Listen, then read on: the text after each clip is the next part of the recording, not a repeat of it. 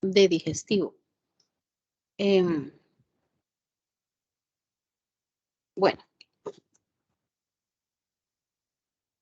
Alejandro o Roberto, ¿se ve bien y se escucha bien?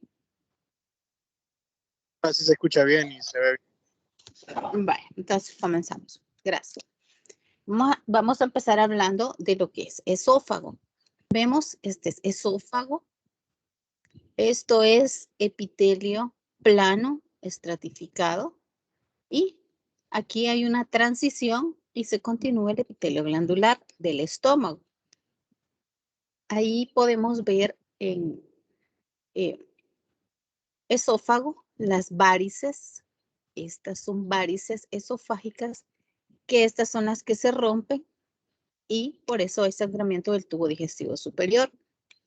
Histológicamente, vemos todos estos que están aquí son los vasos. Hay una hemorragia, que son las varices rotas. Hay una hemorragia aquí a este nivel. Esto es el epitelio del esófago, epitelio estratificado. También tenemos ahí otra patología que se denomina el esófago de Barrett. Esta es una metaplasia intestinal dentro de la mucosa del esófago. Porque si nos recordamos, la mucosa del esófago no soporta, o sea, el epitelio del esófago no soporta el jugo gástrico, o sea, no está acostumbrado a manejar el ácido gástrico.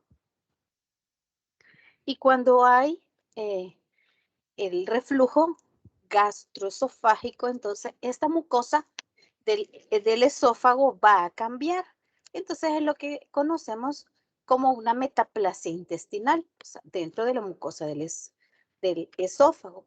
Entonces vemos aquí acaba la transición entre el esófago y el estómago. Este es el epitelio esofágico normal. Ahora aquí vemos esta lengüeta que se ve aquí y que en la endoscopía se ve de esta manera. Pero es así, es una lengüeta, entonces este epitelio se mete. Este epitelio metaplásico es el que es más resistente a soportar el ácido gástrico. Pero como en todo lugar donde hay zonas de metaplasia, es un factor predisponente para que se dé un cáncer. Entonces aquí estamos viendo esta metaplasia que vemos que tiene hasta células caliciformes aquí. Este es el esófago y este es el epitelio glandular. Entonces, esto es un esófago de Barrett. El carcinoma esofágico, o sea, el más frecuente que vemos es el carcinoma epidermoide. Aunque en la región, como vemos aquí, esto, que es la región de la transición del epitelio, también podemos encontrar adenocarcinomas. Pero aquí el más frecuente es el epidermoide. Aquí vemos una neoplasia. Aquí vemos otra. Miren, esto está engrosado. Aquí está el engrosamiento. Este es el engrosamiento. Este tipo es, lo vemos papilar. Todo esto es la neoplasia. Entonces, miren cómo se metió ya. Igual, esto comienza como una displasia leve, moderada o severa. Aquí los pacientes consultan porque esto ya tiene una obstrucción. Entonces es cuando ya tienen cierto grado de obstrucción al paso de los alimentos y por eso es que se consulta. Entonces se le hace la endoscopía y aparece un carcinoma. Entonces aquí igual, vea como en el cervix, leve, moderado, severo o que invade ya toda rompe la membrana basal. Entonces al romper la membrana basal invade todo. Entonces por eso se llama invasivo.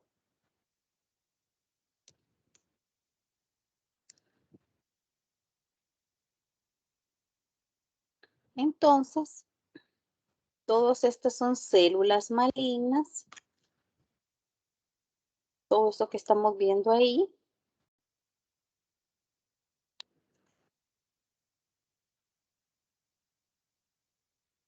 Perdón.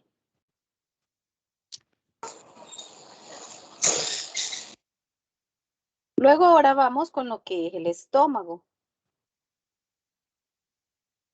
Entonces, ya es un epitelio glandular.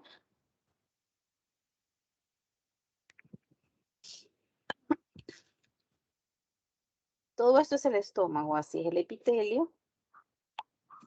Entonces, aquí vemos epitelio glandular, la transición entre el esófago y el estómago.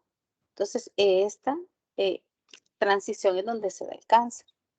El estómago, los trastornos del estómago son causa frecuente de enfermedad clínica, siendo particularmente más frecuentes las lesiones inflamatorias, por ejemplo, y las neoplásicas. Las inflamatorias, las más frecuentes son la gastritis. Entonces, aquí se va a diferenciar por regiones el estómago, el cardias, el fondo, la serosa, el cuerpo. Aquí todo esto es la curvatura mayor, la curvatura menor. Aquí viene el antro pilórico, el canal pilórico y viene ya el esfínter pilórico. Y luego se continúa con el duodeno. Entonces, ¿dónde se dan más frecuentes las alteraciones? A nivel del antro.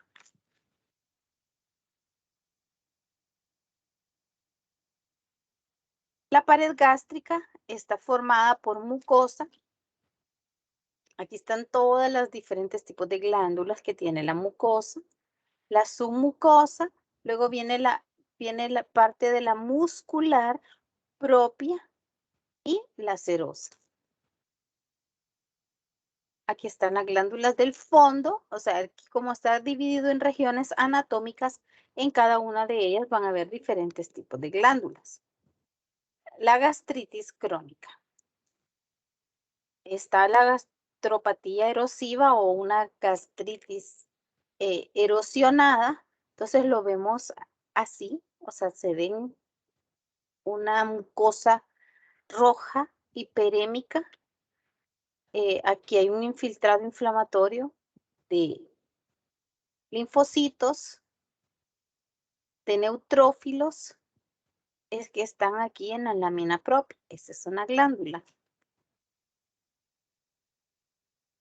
Aquí en las biopsias gástricas lo que se hace es buscar la presencia del Helicobacter pylori. Entonces lo buscamos. Se hacen coloraciones especiales porque si no, así nomás tenemos que verlo con aceite de inmersión para poder ver así estos microorganismos curvos. Son el Helicobacter pylori. Aquí está con una tinción. Se utiliza la GIMSA, el Wartenstein.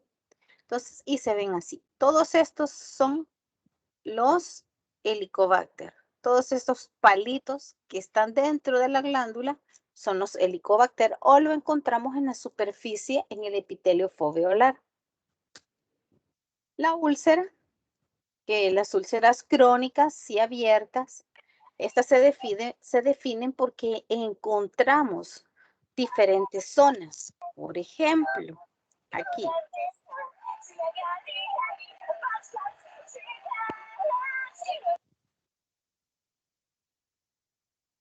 Bueno, escuchamos la canción.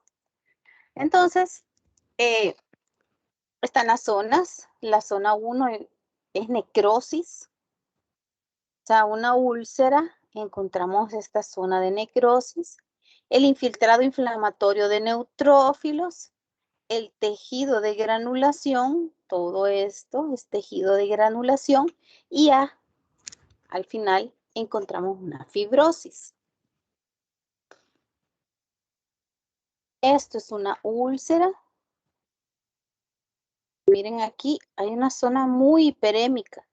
Entonces esto, a medida que va aumentando el cuadro, se ulcera.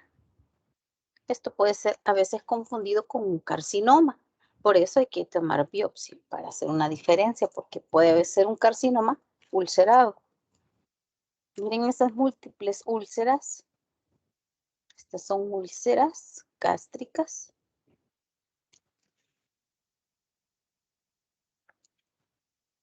Esta ya es un hoyo. Muchas veces, cuando esto sucede y ha habido salida de contenido gástrico a la cavidad, entonces lo que se hace es quitar el segmento afectado.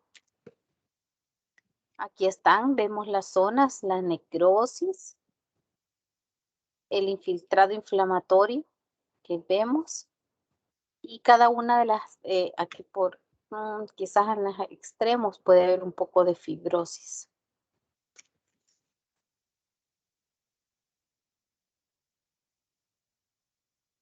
Múltiples úlceras, todas estas.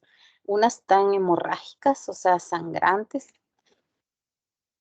Y el carcinoma gástrico. El carcinoma que más se da es el adenocarcinoma. Se clasifican según su localización en el estómago y sobre todo según la morfología macroscópica e histológica. O sea, tenemos que ver cómo se ve histológicamente, cómo se mira ese macroscópicamente, la forma que tiene el cáncer.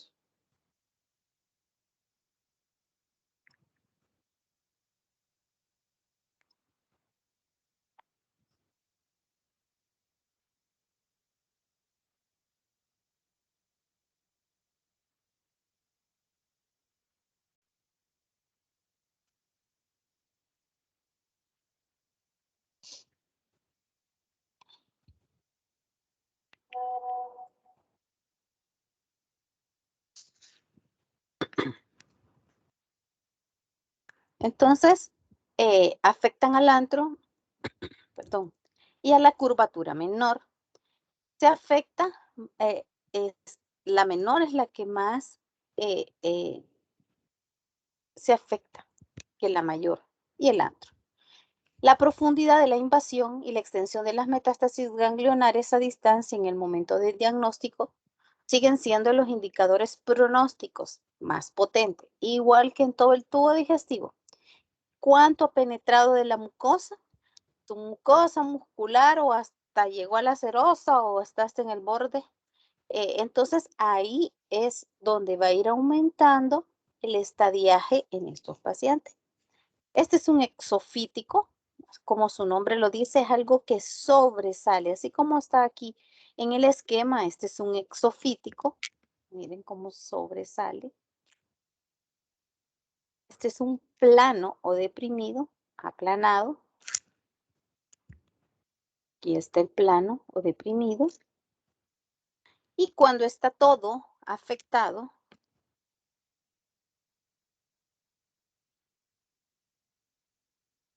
entonces cuando todo está afectado, esto se le denomina linitis plástica, como vemos aquí.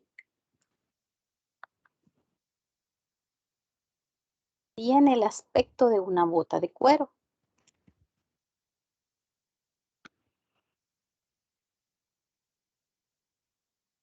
Aquí es cuando ya sobrepasó la serosa y lo encontramos aquí en toda la serosa del estómago. Miren, todos estos son metástasis.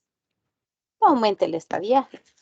Y aquí están las glándulas malignas, pues son glándulas malignas con mitosis, pleomorfismo. Hay una variedad que es el tipo en células en anillo de sello, porque así como esto pareciera un anillo. Entonces, por eso así se le denomina. Estos son más agresivos y tienen un peor pronóstico.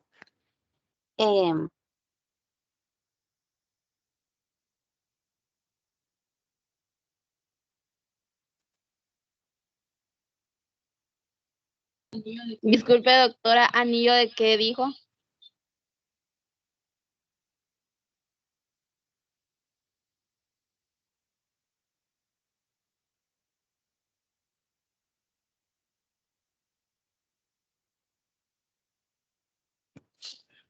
Sí, perdón. Son células en anillo de sello. Esta es una variedad más agresiva. Luego viene el intestino delgado y el grueso. Igual está constituido por mucosa, submucosa y la muscular y la serosa. Igual. Entonces aquí vamos a hablar de algunas enfermedades. Estamos aquí la enterocolitis infecciosa. Aquí la fiebre tifoidea que afecta, que también se denomina como fiebre entérica y se debe a la infección por Salmonella typhi y Salmonella paratyphi. La infección provoca el aumento de tamaño de las placas de Peyer en el ilion terminal, formando elevaciones muy bien delimitadas, a modo de mesetas que son hasta de 8 centímetros de diámetro. La dispersión por la mucosa, esto va a dar lugar a unas úlceras ovaladas orientadas que siguen el eje ilial y que pueden ser perforantes, así. Siguen el eje ilial estas úlceras. Por eso son así, ovaladas. Pero dependiendo de la profundidad pueden perforar. Entonces, por eso se denomina úlcera típica perforada. Porque ya es, lo ha perforado. ¿Qué encontramos? Algunos hemofagocitos aquí. Infiltrado inflamatorio crónico. La mayoría de células son crónicas. También encontramos la pseudocolitis membranosa. La colitis asociada al Clostridium difficile plenamente desarrollada se acompaña de la formación de pseudomembranas. La alteración de la flora colónica normal por los antibióticos permite el sobrecrecimiento del Clostridium difficile. Esta es una pseudomembrana, como que si fuera una membrana que tuviera encima, por eso se denomina pseudomembrana. Entonces, esto es una colitis pseudomembranosa. Aquí están todas estas membranas y histológicamente está la mucosa y aquí viene la membrana. Esto que estamos viendo. Entonces, esta membrana está constituida por una celularidad de linfocitos, células plasmáticas, neutrófilos, fibrina, todo eso va a estar cubriendo, todos esos restos van a estar cubriendo aquí, como lo vemos, la superficie. Entonces eso es una colitis pseudomembranosa. Y luego está la enfermedad intestinal inflamatoria, que está la enfermedad de Crohn y la colitis ulcerosa, y que se diferencia por los territorios que toma. La Crohn son lesiones salteadas y la colitis ulcerosa, afectación continua del colon, comienza en el recto. La enfermedad intestinal inflamatoria es una afección crónica que se presenta como consecuencia de la activación inmunitaria adecuada de la mucosa. Entonces, aquí, en esta enfermedad inflamatoria, lo que es que se activa un proceso inmunológico. La distribución de la colitis ulcerosa en la enfermedad de Crohn se basa en la gran medida en la distribución de los territorios. En la enfermedad de Crohn, que afecta, que también se ha denominado enteritis regional, por la frecuente afectación del ilion, puede afectar cualquier área del tubo digestivo y es típicamente transmural.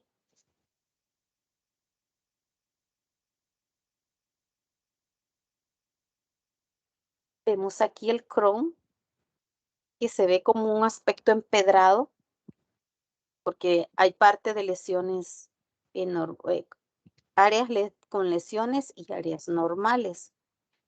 Como lo vemos, como este aspecto empedrado que se ve aquí. Aquí vemos mucosa y serosa.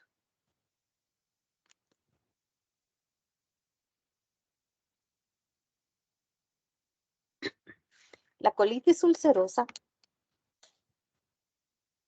son territorios mucho mayores. Entonces, eso es lo que vamos a diferenciarla, el Crohn de la colitis ulcerosa. Entonces, cuando vemos, cuando revisamos la mucosa, vemos si hay úlceras o es así este aspecto empedrado de la enfermedad de Crohn, como vemos aquí. Igual aquí ves el aspecto empedrado, entonces lo que observamos son fibrosis y el proceso inflamatorio crónico. Miren aquí, infiltrado inflamatorio crónico y agudo. Vemos aquí formación como granulomas, estos. Y aquí hay células y linfocitos y neutrófilos. Y miren aquí. Entonces se puede sobreinfectar. Luego viene la colitis ulcerosa. Como su nombre lo dice, son úlceras. Es una enfermedad inflamatoria ulcerante. O sea, llega hasta formar una úlcera grave que se limita al colon y al recto y que se extiende solo hasta la mucosa y la submucosa. Así vemos un territorio completo que está aquí. Vemos las úlceras. Entonces, zonas ulceradas. Y aquí es una úlcera, esto.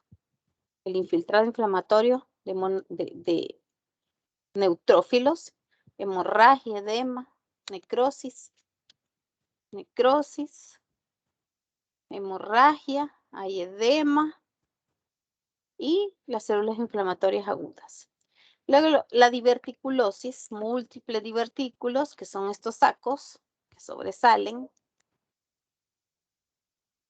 Luego igual aquí, al corte, vemos estos sacos.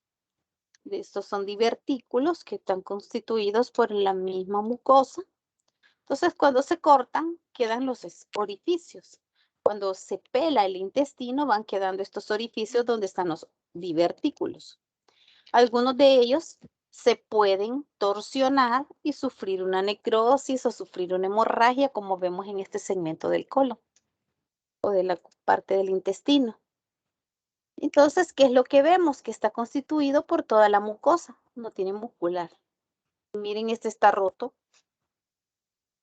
Miren este otro, ya está mucho más grandote, tiene todas las capas. Los adenomas, aquí tenemos que estudiarlos histológicamente para ver si es un adenoma, pólipo o es ya un adenocarcinoma. Entonces aquí, por el tamaño uno dice, esto puede ser un adenoma, pero a veces esto es chiquitito y sale un carcinoma. Entonces, lo que se puede hacer es, lo que se hace siempre es todo pólipo que encontremos, se tiene que biopsiar. Se tiene que quitar y mandarlo a biopsia para saber qué era. El adenoma velloso, miren este tan grandote, esto parece un cáncer. Hay que muestrearlo tanto y estudiarlo tanto para ver si aquí encontramos atipia y deja de ser un adenoma y se vuelve un carcinoma, un adenocarcinoma. Entonces estos es de quitarlos porque estos van seguritos a formar un adenocarcinoma. Miren este otro, polipoide con su pedículo de fijación, pero está aquí. Este es un adenoma túbulo velloso, o sea, tiene los dos. Miren, tiene su pedículo de fijación, pero está bien grande. Entonces, por eso les digo, es de muestrearlo muy bien para saber si no es un adenocarcinoma. Igual este es otro adenoma. Son grandes, todos estos. Lo vemos así. No hay atipia, solo es mucosa hiperplásica. Miren aquí. Y aquí es donde empezamos a ver, nos acercamos a ver si aquí hay atipia, puede haber displasia leve del epitelio, una displasia moderada, o sea, se tiene que ir buscando qué se le encuentra, pero esos ya no son tan normales, sino que buscarle las atipias. Miren, igual que este aquí, se tiene que buscar la atipia. La poliposis familiar, dijimos que el diagnóstico son encontrar 100 pólipos. Contarlos, lo que les dije la vez pasada es que contamos, digamos aquí. Si yo aquí conté en este pedacito 25 pólipos, digo aquí hay otros 25, aquí hay otros 25, aquí hay más de 100. O sea, no vamos a contar que le voy a encontrar los 100, porque miren solo en este pedacito, si usted los cuenta, 1, 2, 3, 4, 5, 6, 7, 8, 9, entonces uno dice, hay más de 100, pues. Igual que aquí, miren. Y así hay segmentos que tienen más. Este está completamente lleno.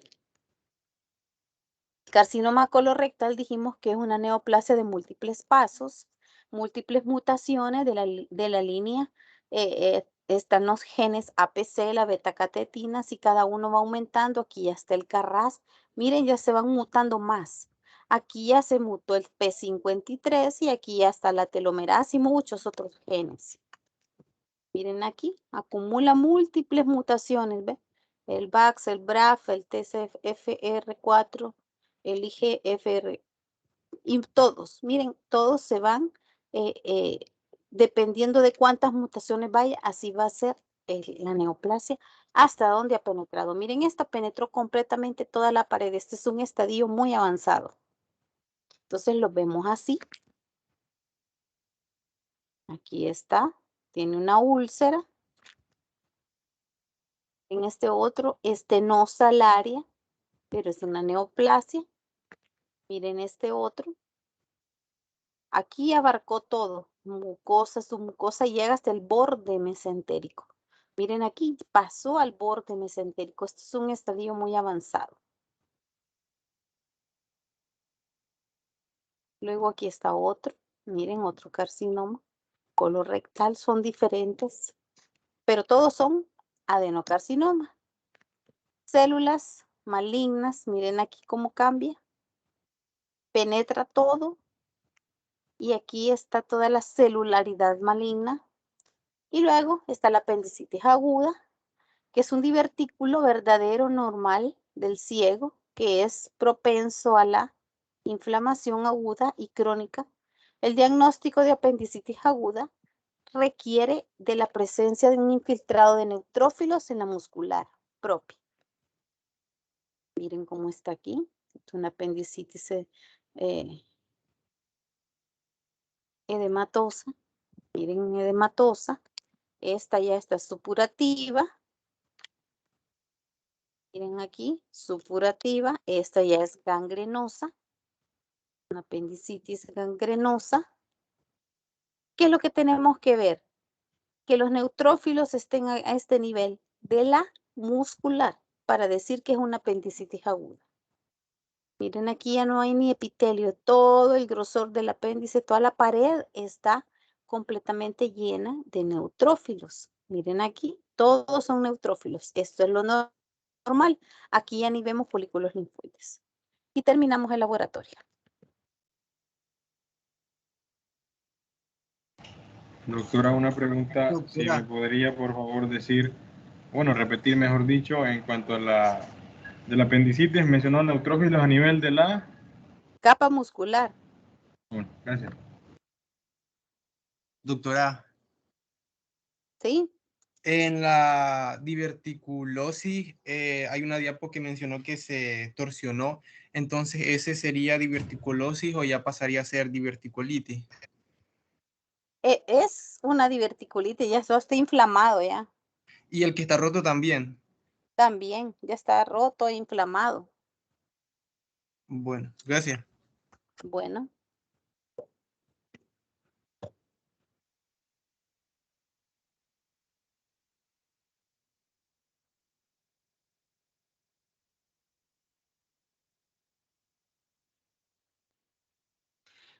Bueno, entonces continuamos con el otro.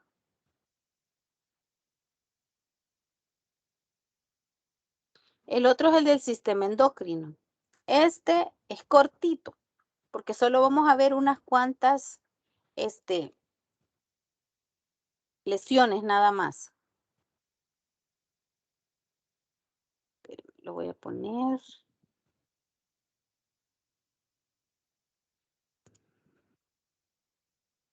Sí se mira, ¿verdad? Alejandro. Sí, doctora, sí se ve. Sí, sí. A ver. Que no Todo me bien. aparece muy bien. Vale, te voy a activar. Entonces, este es como les digo, es bien corto. Y creo que después de este ya no nos queda ninguno, ¿verdad? Son Diga, 5, doctora. no. Bueno, después hablamos. Faltaría. Ahorita le voy a dar estos dos. El de Vale, tiroides, vemos la tiroides normal. Estos son los folículos tiroideos que están compuestos por células foliculares y coloide. Todo esto rosado que ven aquí es el coloide. Esto, el coloide. Esto es coloide. Y estas son las células foliculares. Y esto es un folículo. Ahora, estos son los que se van a alterar cuando hay un bocio o un adenoma o un carcinoma. Aquí es donde se va a alterar. La enfermedad de Graves, esto es una tiroides grande, es un bocio. O sea, miren esta tiroides súper grande, deforme, multilobular, múltiples nódulos que tiene. Ahí así lo vemos, múltiples folículos de diferente tamaño, pero que tienen coloide dentro. Cuando hablamos de un bocio difuso tóxico, vemos que es un poco más sólido. No se observan muchos quistes, sino que es la tiroides se vuelve sólida, pero histológicamente lo que vemos son folículos de diferente tamaño. El bocio difuso no tóxico y bocio multinodular, como la palabra lo dice, multinodular, múltiples nódulos. Miren, este es un bocio nodular. Coloide, porque lo que tiene es material coloide, toda esta hemorragia, todo esto que estamos viendo aquí. Miren, múltiples de diferente tamaño, macrofolículos y microfolículos. O sea, este es un folículo, este es otro, entonces aquí hay múltiples folículos y cuando están de diferente tamaño, entonces decimos que es un bocio, compuesto por células foliculares. Luego está la otra patología que es la tiroiditis de Hashimoto, que era una pregunta del examen. Entonces lo que vemos aquí es, miren la diferencia de la tiroides normal de la de Hashimoto. A veces son pequeñas, pero miren el aspecto del parénquima, cómo se observa y cómo se observa en la tiroiditis, que es un proceso autoinmune. Hay extenso infiltrado inflamatorio de linfocitos que forman hasta folículos linfoides en toda la tiroides. No encontramos células foliculares. Y si nos recordamos la función normal de la tiroides, o sea, todo lo que tiene sus hormonas, entonces, y si esta tiroides solo está por células inflamatorias, no va a tener ninguna función. Miren, son a veces bien pequeñas y está todo el tejido por el extenso infiltrado inflamatorio de linfocitos y todos estos folículos. Folículos linfoides. No tiene folículos tiroideos, sino folículos linfoides. Son diferentes. Los dos son folículos, pero unos son tiroideos y los otros son linfoides. Los adenomas, nódulo único, encapsulado, es como se va a diferenciar. Así se mira un bocio.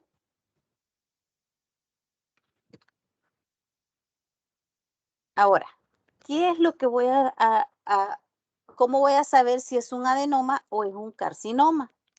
Es la invasión a la cápsula. Si la cápsula está intacta, entonces decimos que es un adenoma folicular, porque miren, son múltiples folículos tiroideos que tiene. Pero como no esto no traspasa, no invade, esto que estamos viendo aquí, no invade la cápsula, entonces aquí decimos que esto es un adenoma. Necesitamos que ver la cápsula.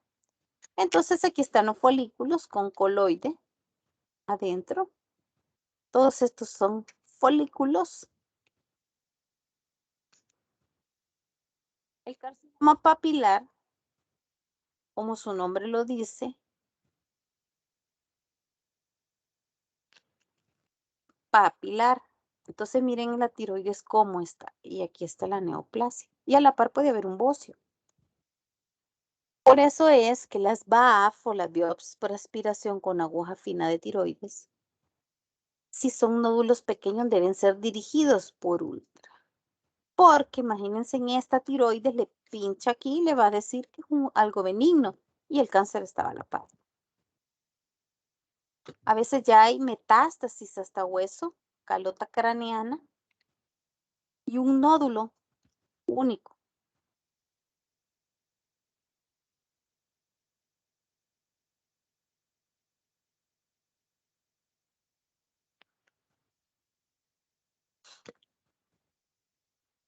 Vaya, ahora aquí, miren, el papilar. Papilas que se meten a la cápsula. Aquí se pinta con tinta china para ver el margen quirúrgico. Y aquí vemos cómo se está metiendo. Cuando nos acercamos, vemos estas formaciones papilares y las células que tienen son claras. El citoplasma es un poco alargado. El núcleo, perdón, es alargado como en grano de café. Y miren, y el citoplasma es claro. Podemos encontrarse en pseudoinclusiones. Esta es una inclusión como un espacio claro. Este es el que les decía, ¿ve? Como en grano de café. Encontramos estas calcificaciones que se denominan cuerpos de Samoma. También está ese es el papilar, está el folicular. Folicular, o sea, forma folículos. Miren aquí, todo esto. Aquí hay zonas de hemorragia. Siempre vamos a revisar la cápsula. Límite quirúrgico. Aquí ya penetró, miren, es lo que les decía. Aquí podemos ver la cápsula y cómo lo penetra. Entonces esto dejó de ser un adenoma y se convirtió en un carcinoma folicular. Las células igual, las células foliculares cambian, se vuelven redondas, pequeñas, todo esto. Y luego está el medular. Lo vemos así.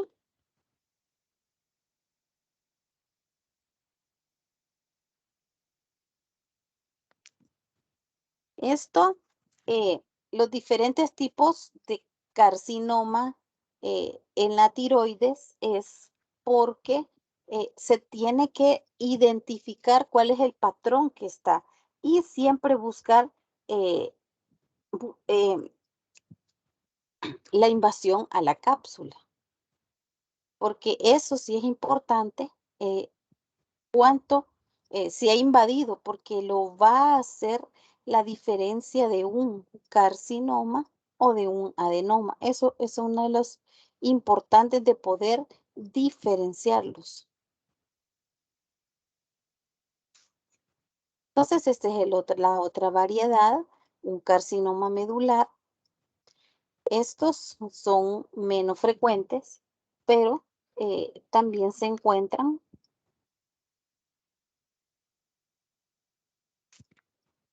Y terminamos. Solo les dije que este era corto.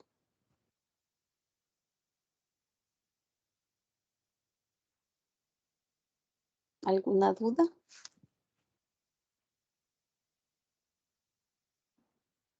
Doctora, yo tenía una duda del anterior laboratorio. Solo era de que el carcinoma aserrado es el mismo que el velloso. ¿El carcinoma? Aserrado, en una imagen había que se llamaba cerrado, como que si fuera velloso. Pero es que esos son como los patrones que nosotros le vemos. Es como aserrado, ¿verdad? O sea, pero es la forma que tiene. Ahí, o el hiperplásico, el aserrado, el túbulo velloso, es por la forma macroscópica que se le va a poner el nombre, pero histológicamente lo que vamos a ver es si siguen siendo adenomas o son ya adenocarcinomas. Ah, ok. Pero cuando se refiere a cerrado, como le preguntaba, es el mismo que el velloso. No, es otra variedad. Ah, ok. Arquitectural. Ah, ok. Gracias, doctor. Bueno. Doctora, buenas tardes. Usted estaba hablando de la invasión de la cápsula, ¿verdad? En los cánceres de tiroides. Ajá. Cuando no hay invasión de la cápsula es un adenoma, ¿verdad? Cuando ya invade la cápsula es adenocarcinoma. Así es, ¿verdad? Así es como usted dijo. Ahora, No, se utiliza más carcinoma.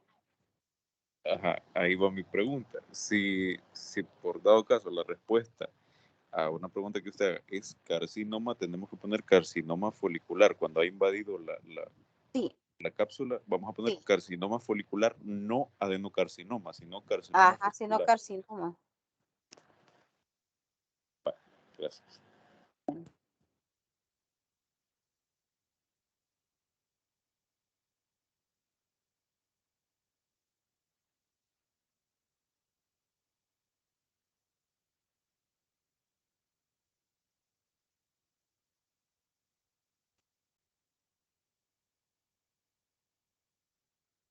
¿Ya no hay otra duda? Bueno, si no, vamos a ver si nos hizo falta otro y entonces creo que nos vamos a ver el día martes. Va, doctora, soy. Bueno, doctora, yo tenía una duda del primer laboratorio, el que acaba de dar ahorita. Acerca de cuando estaba explicando de la enfermedad de Crohn, salían dos imágenes y dijo que una era mucosa y la otra, ahí no le entendí, que salían dos imágenes y dijo que una era mucosa y la otra no sé qué dijo. Espérame.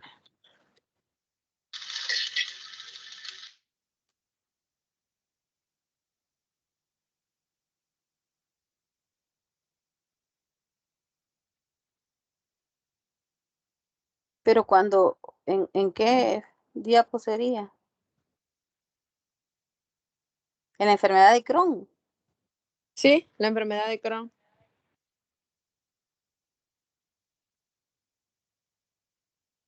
¿Será esta?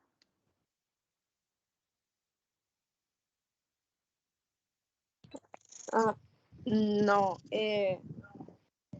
Esa. No sé. Esta. No sé si la compañera se refiere a que Es que esta afecta es la serosa. mucosa y la isomucosa. Aquí se está viendo el intestino, la mucosa, entonces si le da vuelta, esto es la serosa. Ya, gracias, doctor. Bueno.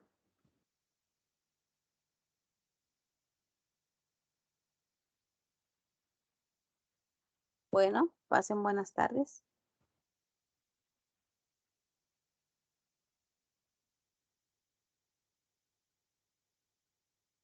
Doctora. Sí. Buenas tardes. Buenas tardes. Me quería referir a usted con todo el respeto que se merece y me gustaría que me escuchara sobre lo que le quiero decir. Ajá. Es con respecto a